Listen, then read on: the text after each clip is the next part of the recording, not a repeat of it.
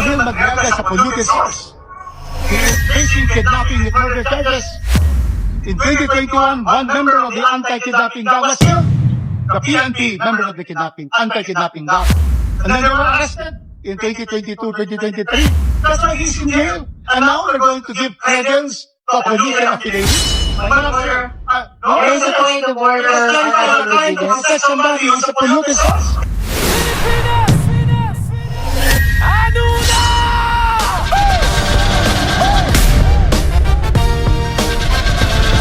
Pilipinas! Ano na?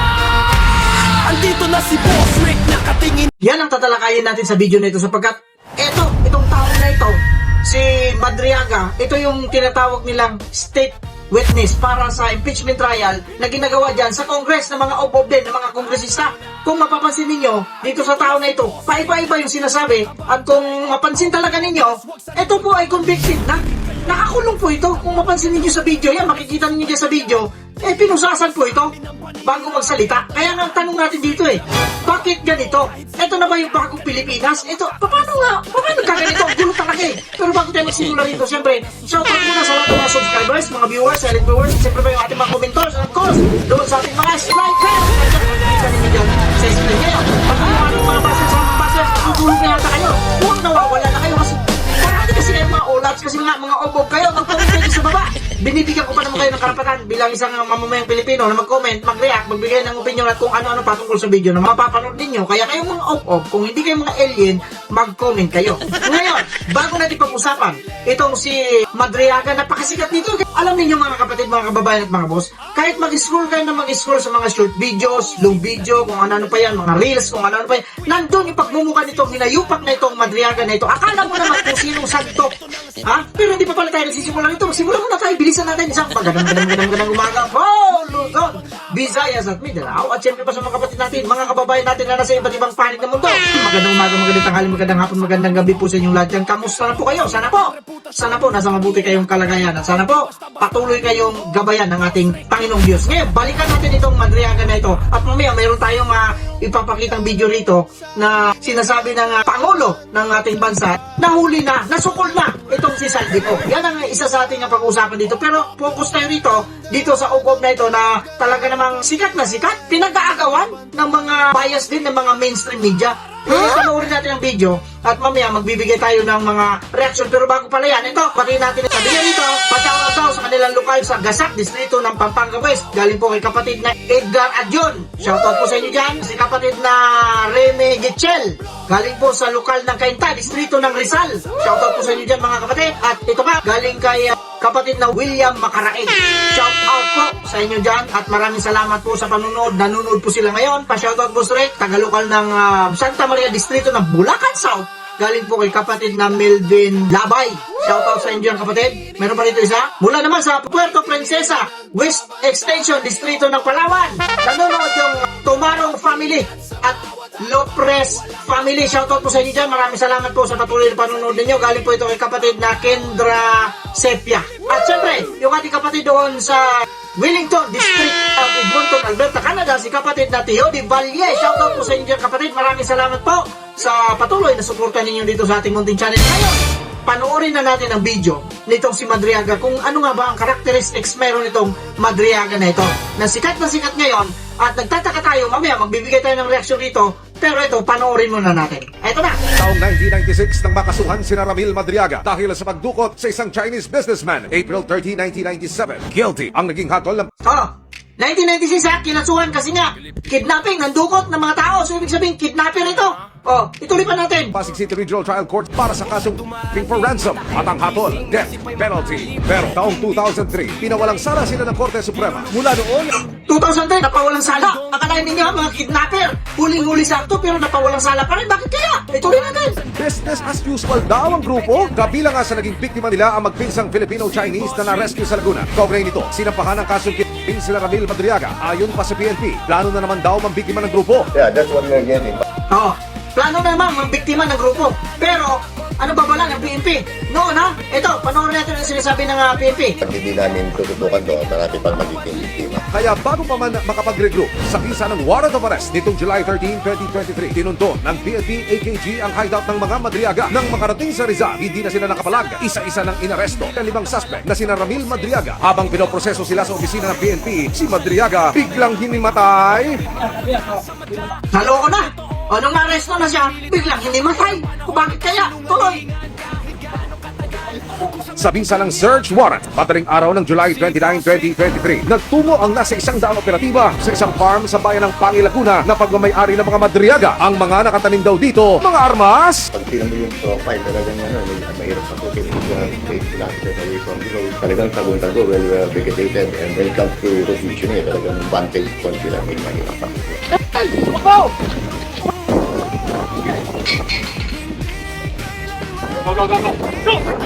nag-umpisa lang maggalugog ang Laguna Police at AKG. Sa loob ng isang kwarto, tumambad sa mga pulis ang nakahilerang mga armas.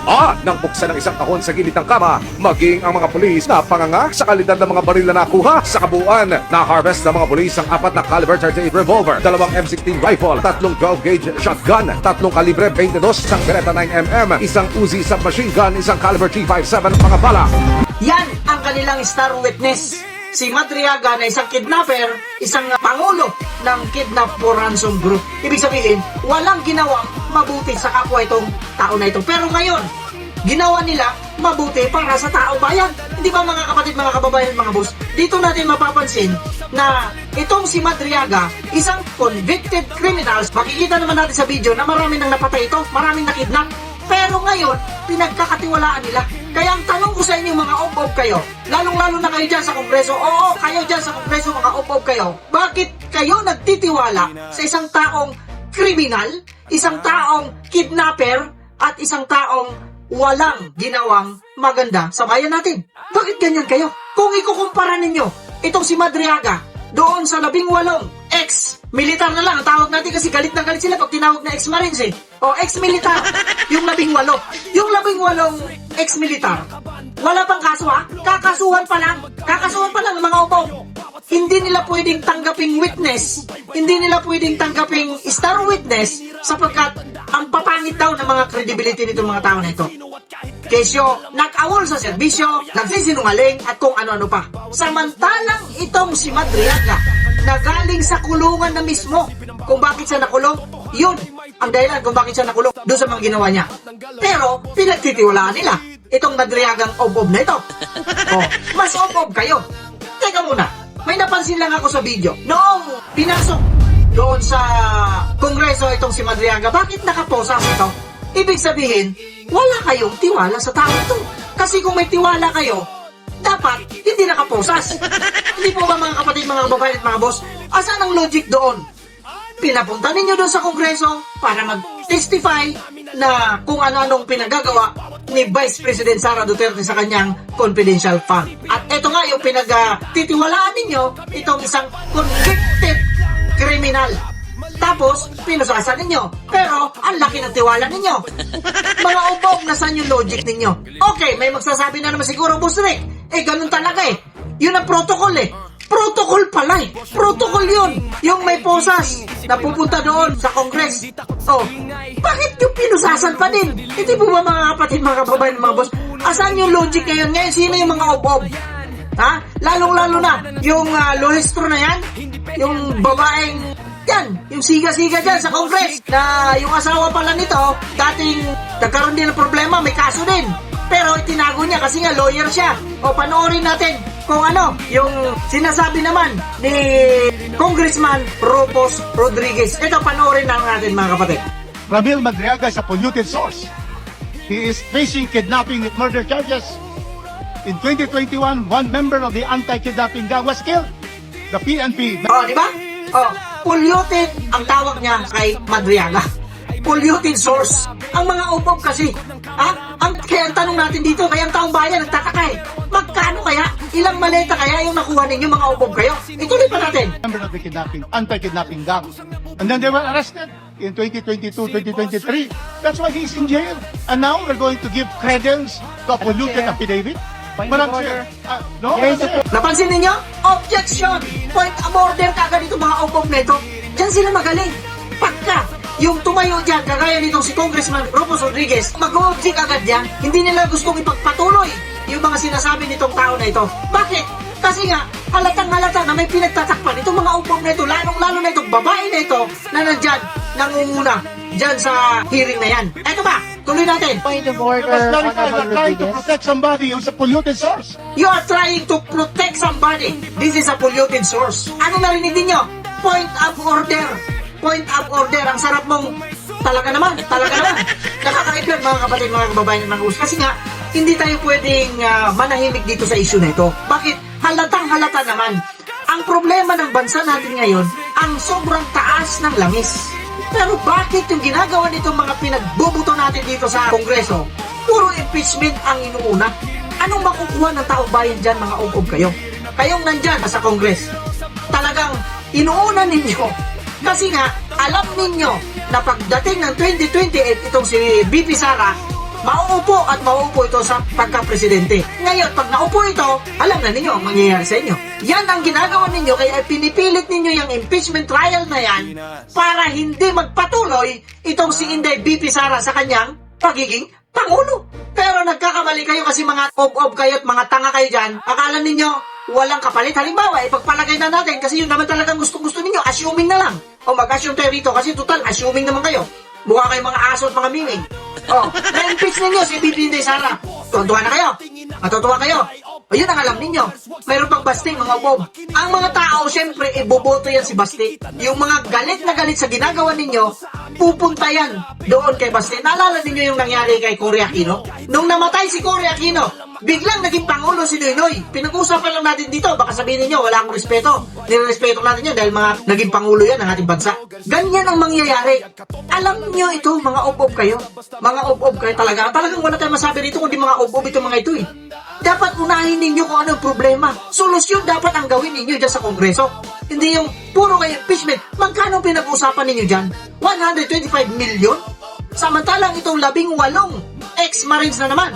Ex-soldiers na lang. Kasi galit na nga kayo. Pag tinatawag na ex-marines. Billion! Trillion pa! Mga ob-ob kayo. Kaya nakaka-blood. Mga kapatid, mga kababayan at mga boss, i-comment ninyo dyan sa baba kung ano masasabi ninyo dito sa video na ito, dito sa nangyayari sa ating bansa ngayon. Kaya ang sigaw natin dito yan, tanong natin dito Pilipinas! Ano na? Ito ba yung tinatawag nila bagong Pilipinas? Malapit na 26 na ngayon. Kalahati na ng 2026. Susunod yan 27. Susunod 28. Eto na. Ano ang magiging legacy nitong PBBM na pinagmamalaki ninyo? Yan bang 20 pesos na kilo ng bigas? Pero hindi lahat makikinabang? Yan yung mga ayuda na binibigay ninyo pero hindi lahat nakikinabang? Selective ang binibigyan ninyo ng ayuda. Pero lahat tayo, kami lang pala, apektado. Kayong mga ubog kayo, mga politiko, hindi kayo apektado rito.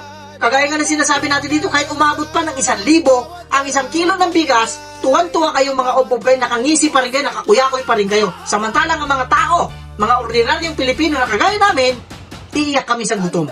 Mahihirapan kami. Pero kayo, ang sasarap ng mga buhay ninyo. Tapos sasabihin ninyo, magtipid.